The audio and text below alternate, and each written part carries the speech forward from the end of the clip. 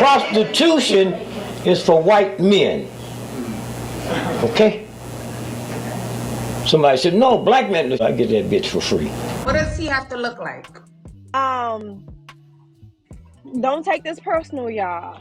Please don't. But I'm not really into black men anymore.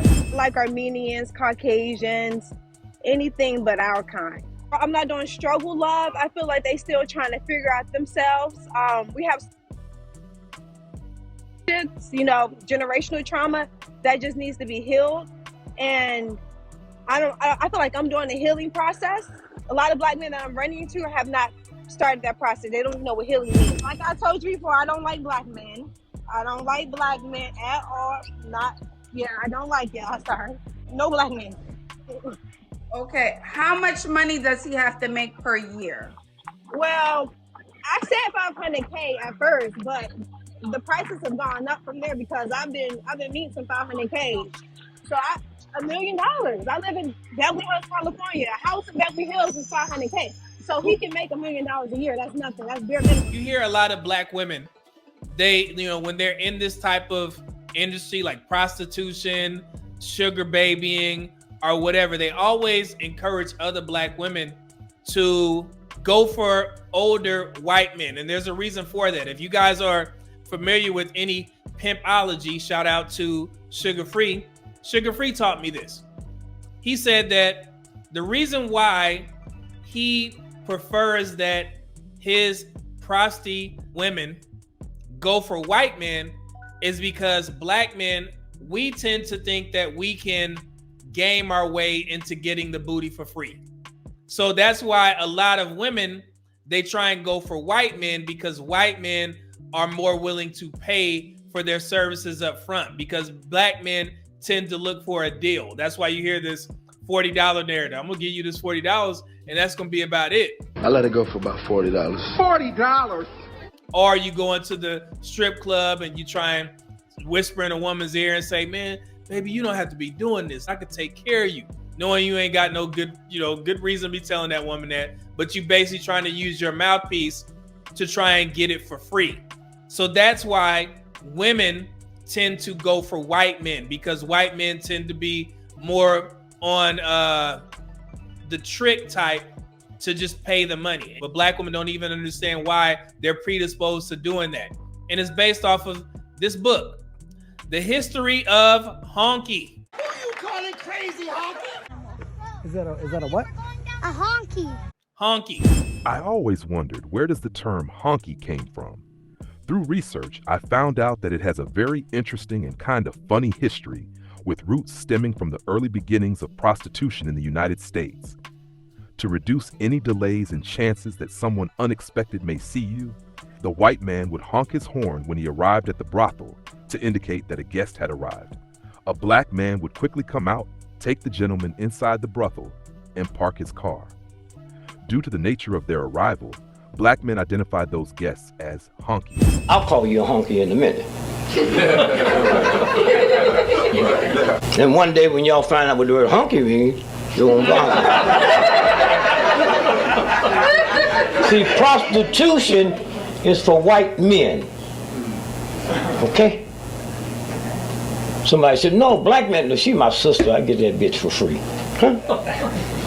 Tell me about what it is. Huh? And all the whorehouses was in the black community, where them white men couldn't be seen by their friends. And they pulled up to the house and honked the car, honk, honk. And the black man come out and take him in and park his car. That's honky. Wow. Somewhere. At a time where white men were driving up to their favorite brothel in their latest Winton experimental, Doris Dos, Reeves motor wagon, or Sense fur passenger automobile, there were some black men servants who worked for the brothel in order to complete repairs, maintain the property aesthetics, greet guests and visitors, as well as park their vehicles. To continue with regulating this industry, an ordinance was put in place in 1897 to limit prostitution to one small area of the city, known as the district or the red light district once electricity was invented. This area was designated for all prostitutes as the area where they must live and work. The district in New Orleans was nicknamed Storyville, and it became the best-known area for prostitution. At its peak, it had about 1,500 prostitutes and 200 brothels. Lulu stayed in the industry, even after completing 3 years in jail, until her death. White men, like politicians, they would pull up to these brothels, honk their horns, and they didn't want, of course, they didn't want to be seen for dabbling in the brown sugar, but they used to go over there and do that and make sure they got service that way. So white men have always found black women attractive because it was an easy way to get sex, because all they had to do was pay money and the black women would, run out as prostitutes. Fast forward to today.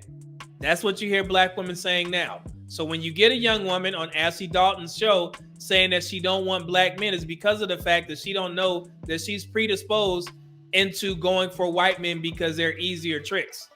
So no matter what people say and they try and jazz it up, sugar baby, no, it's still prostitution at the end of the day. You, ma'am, are a 304.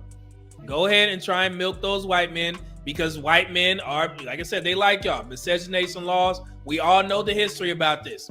Slavery days, that's where you get biracial children and all this type of stuff, because it was very rare that a black man slave was going in there running up in Miss Ann. No. And it was unfortunate because those black women were taken advantage of. Just like I feel that black women of today are being taken advantage of by selling their body. But we all know they don't listen to us, me as a black man. So y'all do what you need to do and get that bread. So that is the history of the honky. And that is why black women who partake in sugar babying want to go for white men. There you have it. Go get used by that white man, especially girls who are prostitutes. This woman, she has a price on her vagina.